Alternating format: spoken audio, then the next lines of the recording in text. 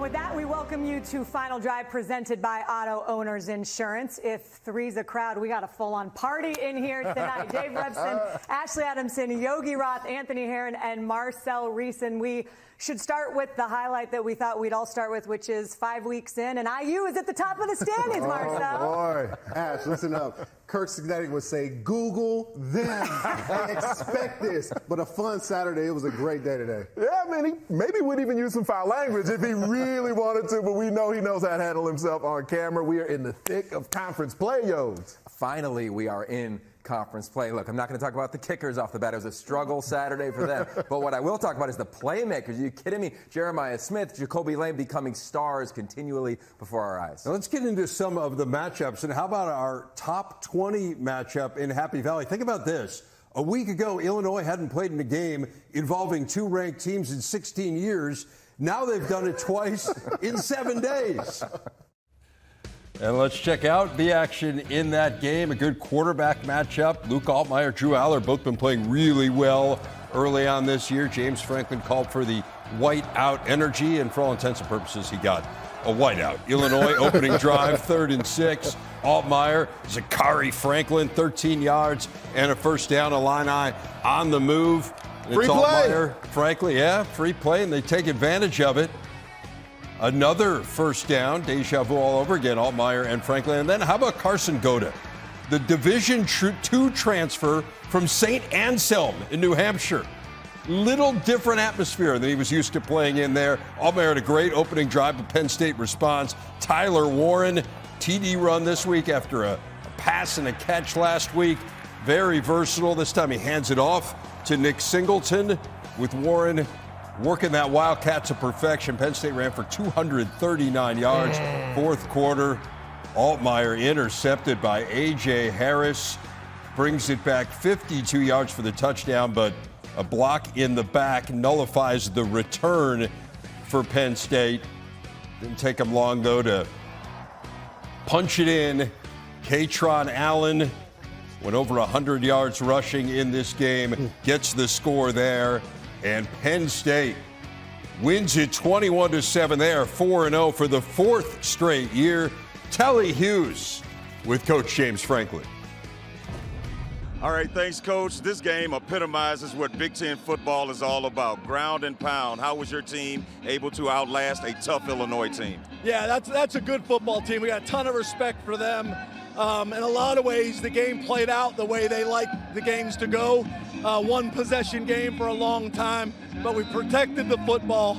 We were able to run the ball against a really good defense. And then our defense was just phenomenal. They continue to get better. That stop before the half, the crowd and our defense was huge. Yes, I was just going to ask you, how were they able to impose their will on that side of the ball, knowing this Illinois team has already knocked off 2 ranked opponents? Yeah, this team went to Nebraska, similar environment, handled it. So I knew they would come in here with a lot of confidence, but our defense is getting better. We're playing really good complementary football, offense, defense, and special teams. We got to make a few more kicks. That would help. But overall, really good team win. Coach, this is your first real test of the season. What did you learn about your squad tonight? I don't know. Going to West Virginia to open the season was fairly tough. Okay. That was. That ain't a great, easy opener. But we just find different ways to win, and you're going to have to do that throughout a season, and I'm proud of our guys and our staff. Coach, congratulations. Thank you so much. All right, let's send it back to you in Chicago. Well, the way they won, Marcel, in large part in this game was with their defense. And we had talked a lot this year, that Andy Kotelnicki offense has gotten a whole lot of credit, been a lot more explosive. And the defense has been kind of finding its footing, guys. Had just 4 sacks coming into this game after leading the nation last year. How about 7 sacks in this game alone? Really impressive. That defense got it done. Absolutely. We've been waiting all year to see this Penn State team be challenged throughout the course of an entire game. And today we saw it for 3.5 quarters. And Ed, like I know, when you're in that locker room, when you go back and watch the film, you can say, hey, we've won on defense, we've won with our special team play, and now we've won with dominant defense. That has to be a great feeling for a team. And it wasn't in the far too distant past where the line of scrimmage wasn't necessarily going the way of Penn State, especially especially on the offensive line. But a game like this, Dave, nearly 240 rushing yards on the ground for the Nittany Lions. That is a big deal for this squad on a night like this against an opponent like the Illini, with the way that Brett Bielema values the rushing attack. Yes. And Illinois, their squad who hasn't really been that penalized this season, weren't that penalized tonight, but there were some critical moments, key times in the game where they just had some self-inflicted wounds that really set them behind the chains, took points off the board potentially at several times. And they have leaned a lot on their defense, and their defense was up to the task for much of this game, although, as you say, Penn State was able to grind out a ton of yards on the ground and a lot of big runs, over 10 yards in this game. But the big thing that Illinois had done this year was forcing turnovers, weren't able to force any in this game, just never able to get any momentum off of that defense. And as a result, Penn State gets the win, and Ashley, they are 4-0. That they are. Dave, I'm just a little disappointed because I thought you promised me earlier this week that we'd have 10 overtimes in this game. That was the deal. So I'm left wanting a little more. Always disappointing. Always disappointing. And I do think the way this game started, Yogi, both teams scoring right away, it felt like it was going to be a track meet, and it certainly was not that. No, it wasn't. I'm telling you, if I'm James Franklin, I'm calling for whiteout energy every single home game the rest of the way because the crowd showed up. And I think that was a big element to how this defense played with incredible energy. But I want to talk a little bit about this offense, Ash, because the offensive line, that's what finished this game. When they had to run the football, they did. They got two of the best backs in America. The offensive line, I think, was key to that. And I think Ty Warren is a guy who was catching your eye all afternoon when you were watching this game. The versatility and what Andy Kotelnicki can do to him. Yeah, let's take a look at Ty Warren. They've done everything. We saw a little Wildcat last week. They came right on back. A little misdirection. Look at the offensive line just pushing the line of scrimmage. Again, a little zone read now. Finds his way to move the sticks. And you think he's going to carry it? Nope. I'm going to give it to my back for a tug. I mean, this is a true weapon at tight end. They use him in so many different ways. Catching the football. You saw it throwing the football a week ago, Ash. When you have to account for the tight end as a defensive coordinator, it just makes your life miserable all week long because he's going to line up in so many different spots for this offense. And I really think they're just finding their way under offensive coordinator Andy Kotelnicki. And look out, Big Ten, because if they can play defense like that and run the ball with this dude and the receivers they get a little better, they got a shot to make a lot of noise. The explosive plays that Penn State fans wanted to see, they are getting this year. 4-0, and they've got UCLA coming up as Illinois heads into their bye week. Let's take you to East Lansing, Ohio State, the number 3 ranked Buckeyes, with their Big Ten opener, and Michigan State trying to bounce back from a tough loss to BC. Will Howard to G. Scott Jr. Buckeyes on top 10-0 in the second quarter. A little bit later, a Will Howard interception set this up. Aiden Childs to Jerron Glover, who's back after missing the last couple of games. They're down 3, but Yogi, that's as close as they would get. How about this man, Jeremiah Smith, his first rushing touchdown of his career? He's an absolute monster. Again, you see him catching the ball. You'll see one-handed grabs in this game, but now running the football. The comfort level for a true freshman is ridiculous. Look at that. This is ridiculous. And by the way, Devin Brown is in at quarterback because Will Howard got banged up. It doesn't matter who's throwing the ball when you can make grabs like that. His 6th total touchdown of the season. Buckeyes rolling. A little bit later, Emeka Egbuka hugging the sideline, a 33-yard touchdown. 5 different Buckeyes found the end zone. It's the 10th straight win at Michigan State for Ohio State. Danny Rogers with the winners. Coach, coming into this week of conference play, you said everything ramps up, and it certainly did in that first half. Really back and forth game. What finally helped your team settle in and take this game over? We won the middle 8. I forget exactly what the score was going in the last 4 or 5 minutes of the first half, but we score, we got to stop, we come down, score again. And then ended up coming out of the half and played pretty good. So I felt like we understood that part of the game. I felt like we came up with a couple 4th down conversions that were big to keep us going, and then defense started getting stops in the second half. Jeremiah Smith, you have not wavered by saying how special he is to the entire world. Based on his play tonight, how did he rise to the occasion with such a big test in conference play? He practices the way that he plays. He goes hard every day in practice. He works. He's very humble, very disciplined, and the sky's the limit for him. But he gives praise to his teammates. I think he has a chance to be a good player. I think we all know that. But I think the thing to me that just jumps out is his work ethic and how much he loves Ohio State. Your coach said you're so humble. How are you able to stay so humble at such a young age, but with this production that's coming? I mean, I come from humble beginnings. I mean, just to be in this position that I am, a lot of kids weren't for no good to be in this position, so I'm just thankful and happy to be in this position that I am. He has a chance to be a good player, maybe the biggest understatement I've ever heard from Ryan Day. But look, I mean, we've been talking about it ever since everybody's got a chance to see him even in camp. This is a special talent. We know what Ohio State has on offense. Chip Kelly is smiling when he puts his head on the pillow at night, but you like the defense. I love this defense. Look, it helps when you have these guys giving the rock to, and of course throwing it all over the yard, but this defense and this team will just suffocate you, Ash. They are so gifted. Jonathan Smith, this game was close early on. They had their opportunities 3 times inside the 20, turnovers or a turnover on downs, and then all of a sudden, if you don't take advantage of that with these playmakers and that defense, it's a wrap. Less than 50 yards rushing for a Jonathan Smith team with an offensive line that can run the ball with some success. This team, look out. I think they're in a different category right now in this league. Yeah, they've got Iowa, and then they go to Oregon, which is one that we have all had circled on our calendars for just a little bit. Dave?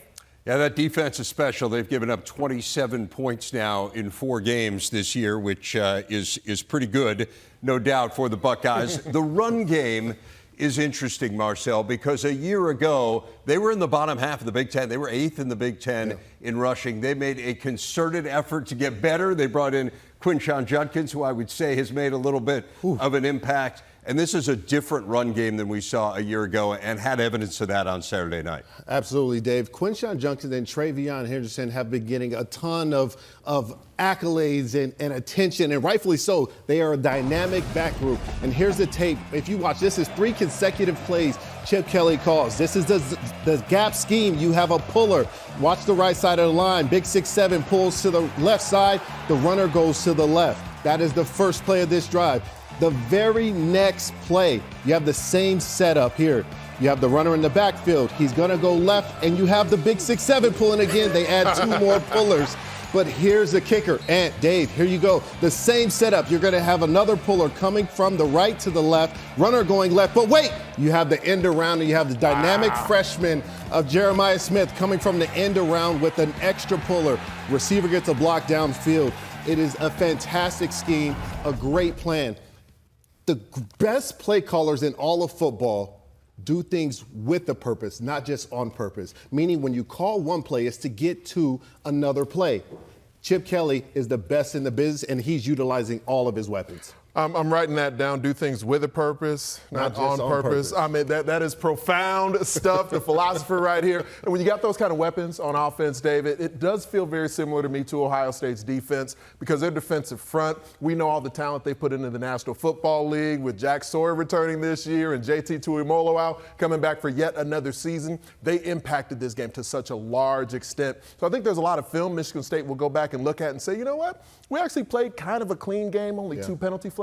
But, man, the Buckeyes got after the QB. Turnovers did them in as well. Ohio State now 40-3 in Big Ten play under Ryan Day. 21 of those 40 wins have come by 30 points or more. A big one at the LA Coliseum. First regular season meeting between Wisconsin and USC since 1966. Luke Fickell, Lincoln Riley, second quarter. And this was the second straight week that USC did not start well. Zachariah Branch fielding the punt, but yeah, you don't want this. It just touches him slightly. Optical illusion? Maybe he saw 2 footballs for some reason? Fielded the wrong one? 3 USC turnovers in the first half alone. First play off that turnover. The Badgers cash in. Tawi Walker, first of his 2 touchdowns in the first half. Badgers up 11 at the break. Special teams matter, Marcel. Oh, what you do, I can do better. This time, Tyrell Henry fumbling the punt and USC recovering, so they take over with great field position. 3rd and 15, Miller Moss keeping the play alive. Jacoby Lane. It's like Miller Moss saw the blue line, and then Jacoby Lane saw the white line, and for some reason their toes were both in sync. Beauty of a catch. It's a first down. No Makai Lemon or Lake McCree, by the way, and Lane stepped up big. How about that one in the end zone? Nice little move there. 4-point game at that point. A little bit later in the third, Deuce Robinson. How about this sophomore class of receivers? USC comes back to win by 17, their first Big Ten win as a member of the conference. Rhett Lewis with the reacts.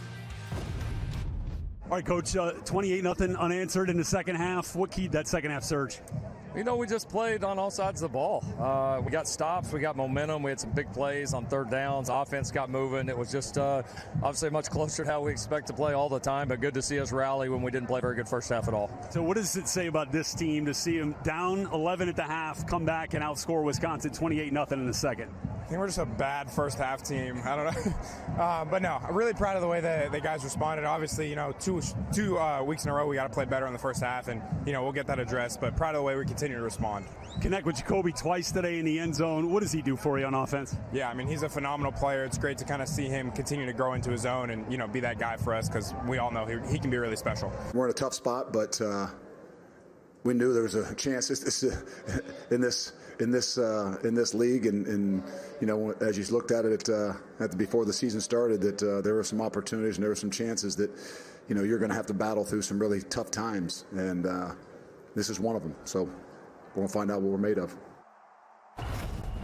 You know, it felt a little bit like deja vu for USC because it was the second week in a row they were down 11 at the break. They had a lackluster first half, and then second half they came alive. Now, they couldn't come all the way back against Michigan, as we saw, but they were able to finish against Wisconsin. The defense, you heard Rhett Lewis talk about it, they pitched a shutout in the second half. Wisconsin had 82 yards in that second half. What stood out to you about what adjustments Dance and Lynn made at the half? It's a kind of an enhanced version, I would say, of USC on the line of scrimmage, and it shows up in a variety of ways. Also, just kind of that grit that you want to see not only on defense but special teams. Kind of turn the tide for the Trojans in this game where you got a muff punt, you got to have yourself streaking down the field to get that recovery. Then the defense begins to take over the game, shutting down Wisconsin's run game. You get a little pick six at him from Mason Cobb.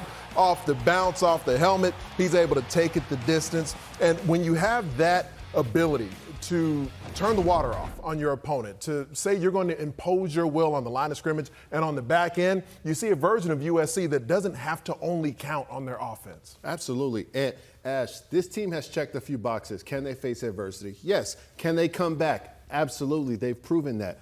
But here in this league, they're going to have to show dominance in the trenches, and I'd like to see it early on. And I know you would too, because in this league it's tough, and you cannot always play from behind like we saw last week against a Michigan team that really took over on the line of scrimmage from them in the first half, and they couldn't quite make it all the way back. One thing to keep your eye moving forward, Eric Gentry, their leading tackler up to this point, was taken off in a cart, so we'll see if he is back. There was no update after the game, but I know Yogi Roth is going to have his eye all over it because he's going to be calling the game next week on the Big Ten Network against Minnesota. Dave? Speaking of those Gophers, they were battling Michigan for the Little Brown Jug. Wolverines without Will Johnson. He was injured in that win against SC. Late in the first quarter, Khalil Mullings got the start at running back and picking up where he left off. His third straight 100-yard rushing game. Remember, he was fabulous last week. Then Minnesota attempting to punt. Keyword there was attempting, Yogi. Yeah, that was a big momentum swing in this ball game. Special teams showing up in this game as well, and they were excited, kicking the door down in the rivalry game. Very next play, Alex Orji to Tyler Morris. Orji threw for 86 yards. Michigan on top 21-0. But Minnesota got a little momentum just before halftime. Max Brosmer throwing it up and Nick Callerup coming down with it. Minnesota would rush the field goal unit on. They would get 3 points, and it was 21-3 at the break. To the fourth quarter, it's 24-3. Darius Taylor. This is the tail end of a 12-play, 76-yard drive that brings the Gophers to within 14 points. Then after a big punt return, it's Taylor again. His second touchdown of the game. It's 24-17.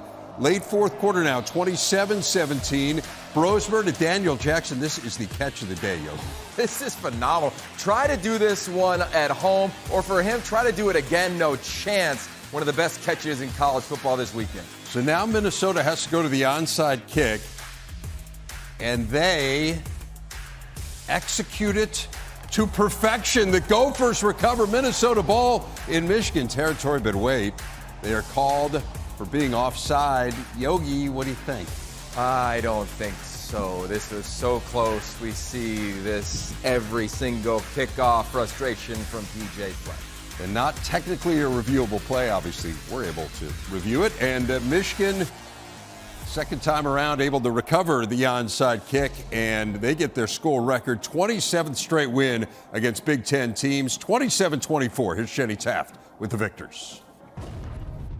Yeah, not very happy with the performance. We've got a lot to clean up. The kids work so hard to come out here, and I think coaches, players, we got to do a lot of cleaning up to do as a team, as a group to get better. You talked about finishing with me at the second half. It did feel like it totally was a different team in the second half. What do you address first? Yeah, I mean, they came out with a lot of energy, and we didn't. And, I'll take that on me. But I think the guys, we obviously won the game, so we're happy about it, but we got to finish better. We just have to finish better, honestly. We saw it last week. We saw it this week again. And, hats off to Minnesota. They fought all 4 quarters, kept pushing us. Thankfully, we were able to come away with a win, but obviously it's not the way we like. We want to be able to, come out and strain and finish games better in the second half. I didn't hear anything except he was offsides. I was 10 yards away. I was down where the ball was going to be received because that's where I really want to see. Because if something happens, can you challenge it? Can you not challenge it? Was it recovery? Was it not? I got to get in the meat of where the ball's going to be. The call was made. I asked. He said that he broke the plane. So, but breaking the plane, those are the words that was quoted. We broke the plane. Certainly a call that will be debated there. There's no debate how good this Michigan defensive front is. They're outstanding, so disruptive. 5 sacks, 9 tackles for loss. What did you see?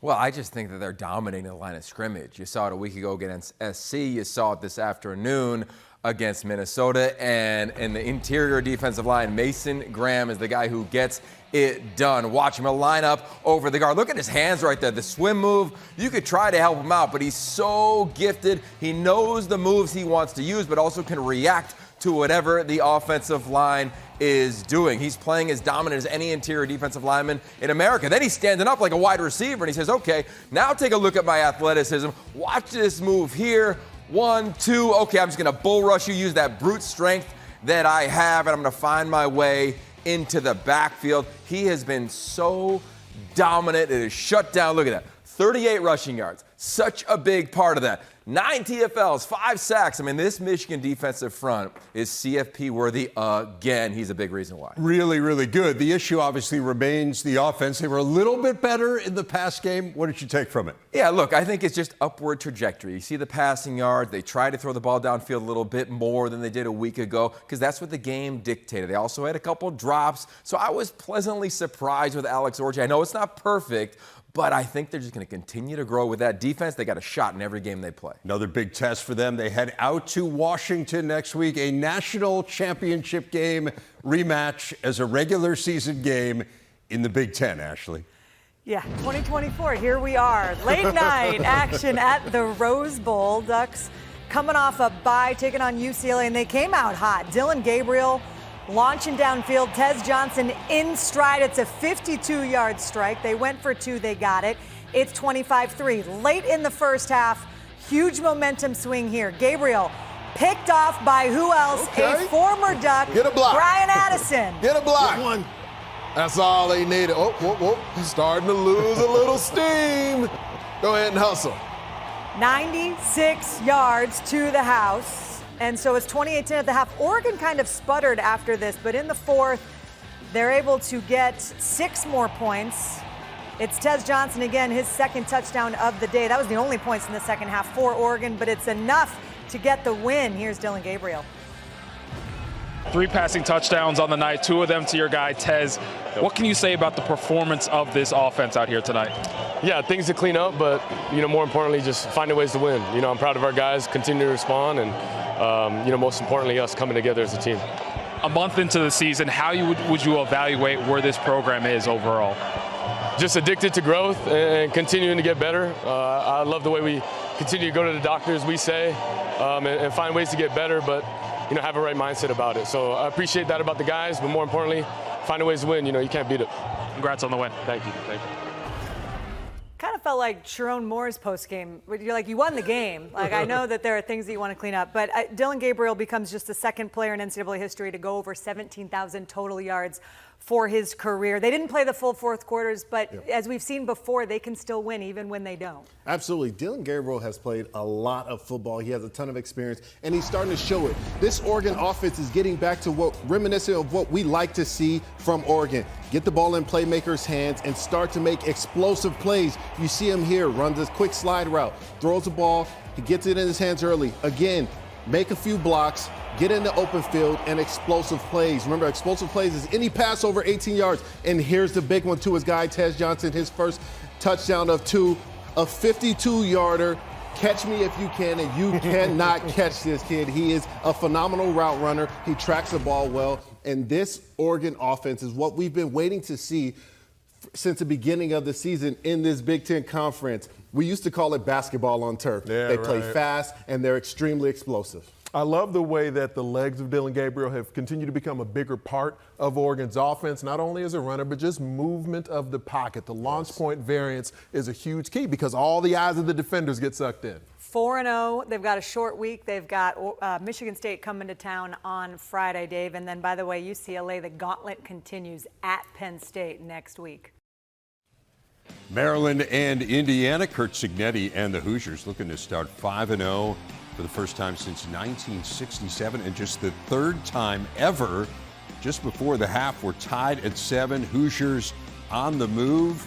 Curtis Rourke. How about this back shoulder to Mark Cooper, 27-yard touchdown. Indiana 14-7 at the break. To the third quarter on a 2nd and goal. This would go under the fortuitous category. Billy Edwards throws it up, and Dylan Wade catches the deflected ball. Tip drilled to himself. Oh, man, that's pretty.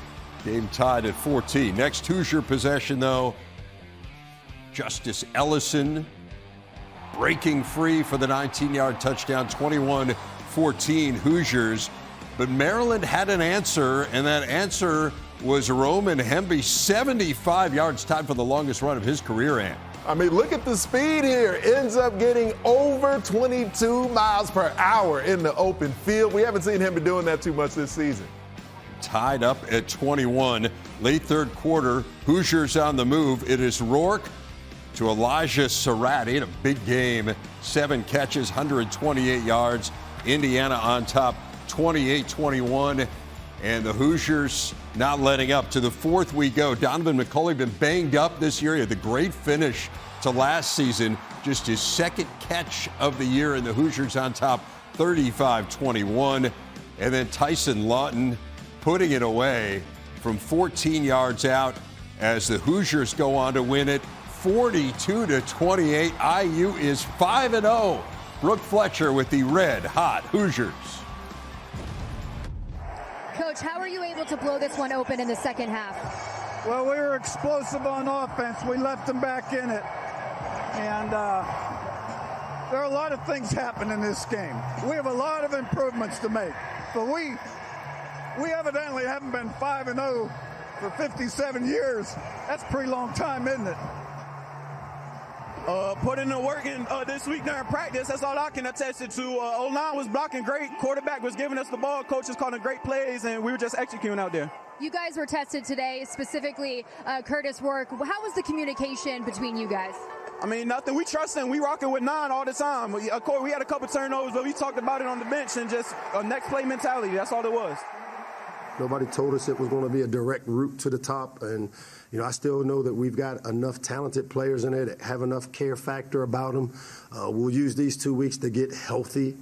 Today, just every time I turn around, a guy was being pulled and out. And so what I've got to do now is go back, take a look at everything that we're doing, evaluate our scheme, evaluate our personnel, take a look at what we're doing, and then get it fixed. Now that is what they have to do as we take a look at our auto owners insurance game leaders. And as you can see, the Hoosiers, 57 years since the last time that they were 5-0. And amazingly, it was 57 years before that was the last time that they were 5-0. So I guess you could book it in 2081. Indiana will be 5-0 to start that's the just year. Quick math. Yeah, that's right just something to look forward to. I think the most amazing thing is that stat that was put up there when we were hearing from Mike Loxley, which was the 4 turnovers that Indiana committed, which was very uncharacteristic. Right. Not only did Maryland score no points off of them, they had no first downs off of them. This Indiana defense, we've talked a lot about the offense. Yeah. The defense has been really good. I mean, week after week, they're amongst the Big Ten 3 best defenses in nearly every category that matters, and it's because of the way they attack the backfield. There's precision to the way they operate, a great twist stunt up front where everyone has their gap responsibility. When you have a linebacker like Aiden Fisher who knows exactly where he's got to get to, he can feint into one gap and teammates can meet him in the backfield from an opposite gap. The precision of that pass rush move, a little chop club rip to be able to turn the corner, burst to finish at the QB. They are undaunted regardless of what the scenario presents to this Hoosiers defense. Their defensive coordinator, Brian Haynes, has been a star early for the Hoosiers. 5 straight wins, all of them by 10 points or more. Amazingly, Indiana has not done that since 1905 to 1906. And those wins, a little less impressive. They included Wabash and the alumni. I feel like even though there was some criticism of this schedule, Ash, this is a little more impressive. The math than on Wabash. that side of the set is phenomenal. Yeah, there's a lot going on. A lot going on. All right, my favorite thing was the email that Curt Cignetti sent to every Indiana student on Friday. He said the tailgates can wait, the parties can wait, the studying, that can wait too, because this team deserves your support, and this has been a phenomenal start. I am loving what I am seeing in Bloomington. And you should, because he spoke it into existence. There's something that he said to his team before the UCLA game that I'd imagine he references prior to them running out, which is don't be surprised. Don't be surprised when you come back in here and not only we won, but we dominated. Yeah. They've done that every single week. Now, different ways, right? Mm-hmm. Back-to-back picks from Curtis Rourke on 2 straight plays, but they bounce back. The resiliency they have, he's unflappable. This team is real. They're not as real as Ohio State yet, but they are real. You got to take baby steps. Yeah, there we go. They're playing complementary football. This Indiana Hoosiers team is playing complementary football, and they're taking on the personality of their head coach in Curt Cignetti. They are drinking his Kool-Aid. They are buying in. And say what you want to say about Curt Cignetti, but he does have a philosophy. He has a method to success, and he's building that here in Indiana. And you hope for Maryland's sake, Ty Felton and Caden Prather both injured in this game. They've got the bye week to hopefully get healthy and get back on track. Indiana, by the way, they host Northwestern, then a bye to get ready for Nebraska. Nebraska and Purdue, we pick it up the tail end of the first half. John Hull from 32 yards out has it blocked. Purdue's second field goal block of the first half. Huskers were 0 of 3 on field goals after they missed a big one last week as well. It was scoreless going into the half to the third quarter. Dylan Raiola, Jamal Banks. Cornhuskers taking a 7-3 lead. Ja'Cory Barney, the freshman's been great. Nebraska really dominated the run game in this one. 25 yards for the touchdown. Huskers on top 21-3. And then Hudson Card was a little better than last week, but still had some struggles. Picked off there by John Bullock. All the way back for the touchdown as the Huskers, great second half, 28-10 the final. Kylan Mills with the winners. Coach, a scoreless first half after a couple of missed and blocked field goal attempts. What was the message at halftime that led to your team breaking through in the second? Well, I told our guys this is the type of game we needed after last week where, we just needed to make one more play. I wanted us to be in this spot. The defense was playing really well. The offense had a ton of yards, but we just weren't quite making the plays down the stretch to win it, to make the play. So to have a 7-point game in the fourth quarter and for our guys to make all those plays in the fourth, that's what Nebraska needed. Coming off the heartbreak of last week, getting some really tough calls early on, not letting it panic us, just hanging in there and showing resilience. That's what this team needs. We needed to not play with our head, but play with our heart tonight. Some really tough calls that resulted in him throwing his headset and getting an unsportsmanlike penalty.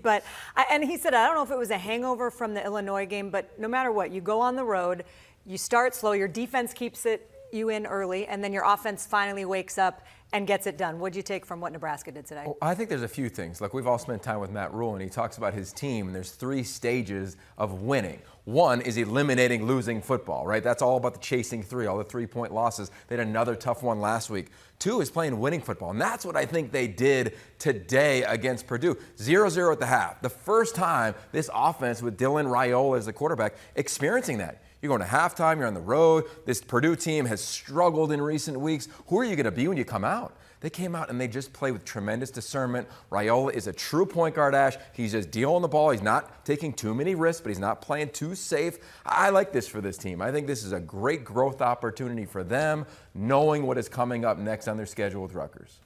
Yeah, a really good second half. It was the exact inverse of a week ago. It felt like they wore down after the half against Illinois. They were the ones that wore out Purdue, and they end up getting themselves a win, Anthony. And whoever, when you think about the way this game played out, it showed a lot of fortitude for the Huskers. I mean, the game was 14-3, less than 7 minutes, and then somehow Nebraska found a way to turn the corner. And then the game ends up being a laugher somehow, Marcel. You're right. You're right. And we're all talking about it. This is a young team. But here's the tape. This is what happens. You have the last of a few missed field goals, and it's blocked. And you're like, what is happening? We can't put points on the board. This is the end of the half. Dylan Raiola, then they come into the second half. This is the third quarter. He finds his big wide receiver in the least most defended part of the football field, the back end line, the final 3 yards. And then the defense gets involved, and we're playing complementary football. JB with the big pick 6, and you love it when the big linebacker finds his way in the end zone for 6. This is a young football team, and they are learning. We live in this microwave society where everyone wants instant gratification and for everyone to go undefeated. They learned. They came off an emotional loss to Illinois last week. They learned from that. This week, the first time at half where they are 0-0 to a Purdue team, they're learning and they're getting better. This is going to be a force to be reckoned with coming in for the next few years. And they were doing okay moving the football in the first half, just 0 points to show for it throughout the first half. Plus, Rever, I don't know, there was a lot of intensity out there from Matt Rule pregame. He had the guys doing some one-on-one run drills post-game as well. That was the most physical pregame I've seen in quite some time.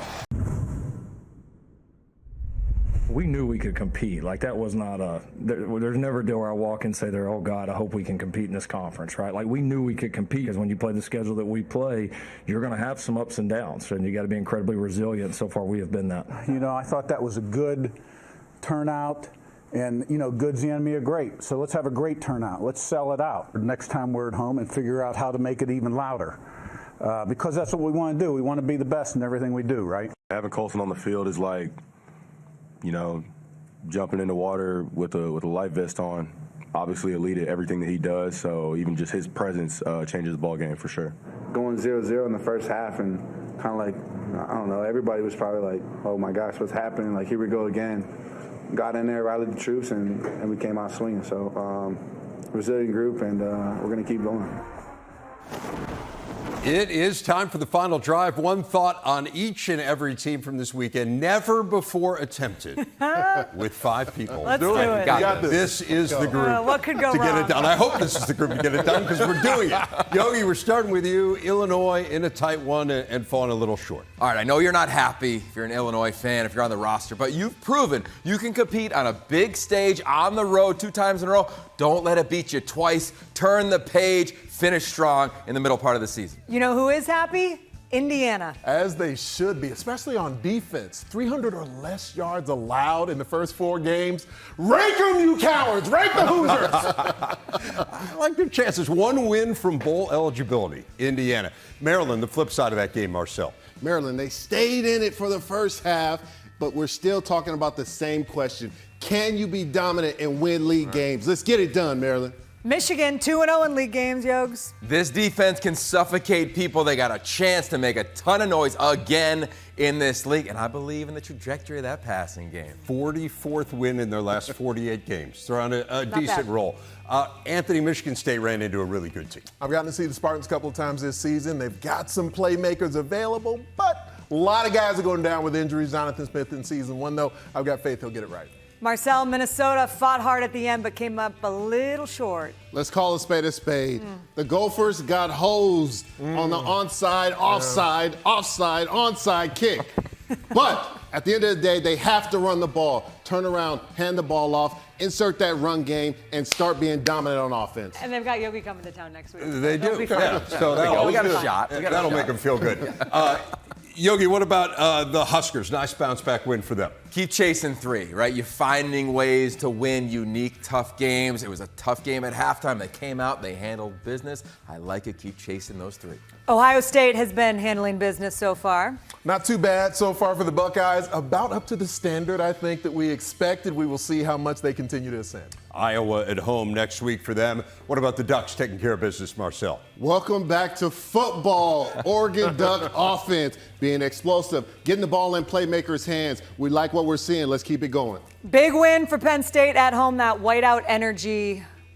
Bring it again. Bring the whiteout energy wherever it is you go and play to your standard. That is the message to the team. And frustrating day for Purdue. They're starting to figure some things out on defense. Got to get more consistent on offense, though. Friday night, Rutgers. Sorry we have to ask you about this game to our resident Husky, but first time they're 4-0 since 2012. The Rutgers knows who they are as a football team. They know their identity. They're going to win the line of scrimmage. They are going to try to impose their will on you. And if you let them hang around, they will beat you. This is a well-coached football team. Chop, chop, chop. They head to Nebraska. They have been chopping away. Head to Nebraska next week. UCLA, Yogi, 3rd straight loss for the Bruins. Yeah, it's been rough. We feel your pain. But look, Deshaun Foster has 3 pillars: discipline, respect, and enthusiasm. You got to be enthusiastic when you come to the facility tomorrow. No time to hang your head because you got a early kickoff in Happy Valley. USC able to bounce back from a tough one in Ann Arbor, and they get it done against the Badgers today, Ant? You coming for the Trojans? You better get it done in half number 1 because the second half adjustments are out of this world. Washington, Marcel, we were talking about him a little bit in the context of Rutgers. Just too many mistakes, self-inflicted Too wounds. many mistakes. It's hard enough to win in this league. Football games are hard to win. You have to beat the opponent and try not to beat yourself. Too many self-inflicted wounds. And same thing you maybe could say for Wisconsin. They had a good start, but in the end, just a few too many mistakes against a really tough USC team. Yeah, they can't react to a lot of the noise around that program. They have to respond, go right back to work under Luke Fickell. It is time for our Saturday standouts. Lead us off, Marcel Reese. I'm going with Jeremiah Smith. He's a guy who is always up for this award. He ran a touchdown today, but forget the stats for a second. He had 2 catches that are the best catches in football that you will see anywhere in the game. Phenomenal freshman. Okay, Jacoby Lane's going to say, hey, hold on. Check me out, man. My first 100-yard game of my young career. Look at him bend down there. Beautiful, those 5X hands from the super sophomore. Can't wait to watch that one in person next week against Minnesota. As much respect as I have for those who catch the football, I got all kinds of respect for those who run the rock, especially Khalil, the superhero from Ann Arbor, Khalil Mullings. 3 consecutive 100-plus yard games. He had none in his career before that. He's got 6 touchdowns in his last 3 games. I take your running back and I raise you 2. Ooh, how about the tandem at Penn State, Nick Singleton and Katron Allen, combined for nearly 200 rush yards and 2 touchdowns, powering the Nittany Lions to a big win over the Illini. I wanted to pick a Hoosier. The question was, which Hoosier? 6 players scored touchdowns. 10 caught a pass. I went with Elijah Surratt. Why not? 7 receptions, 128 yards, and a touchdown for the JMU transfer as the Hoosiers stayed perfect. They said it couldn't be done. A 5-person final. Did we just look at us? I think look at us. You're the fearless leader that got us through all. I had a lot of fears, actually, but it's just great to see you again. Hey, you know, it's been a minute. Look it up. Look at us. That's it. We'll see you next week. Hey, thanks for joining us. Can't beat that.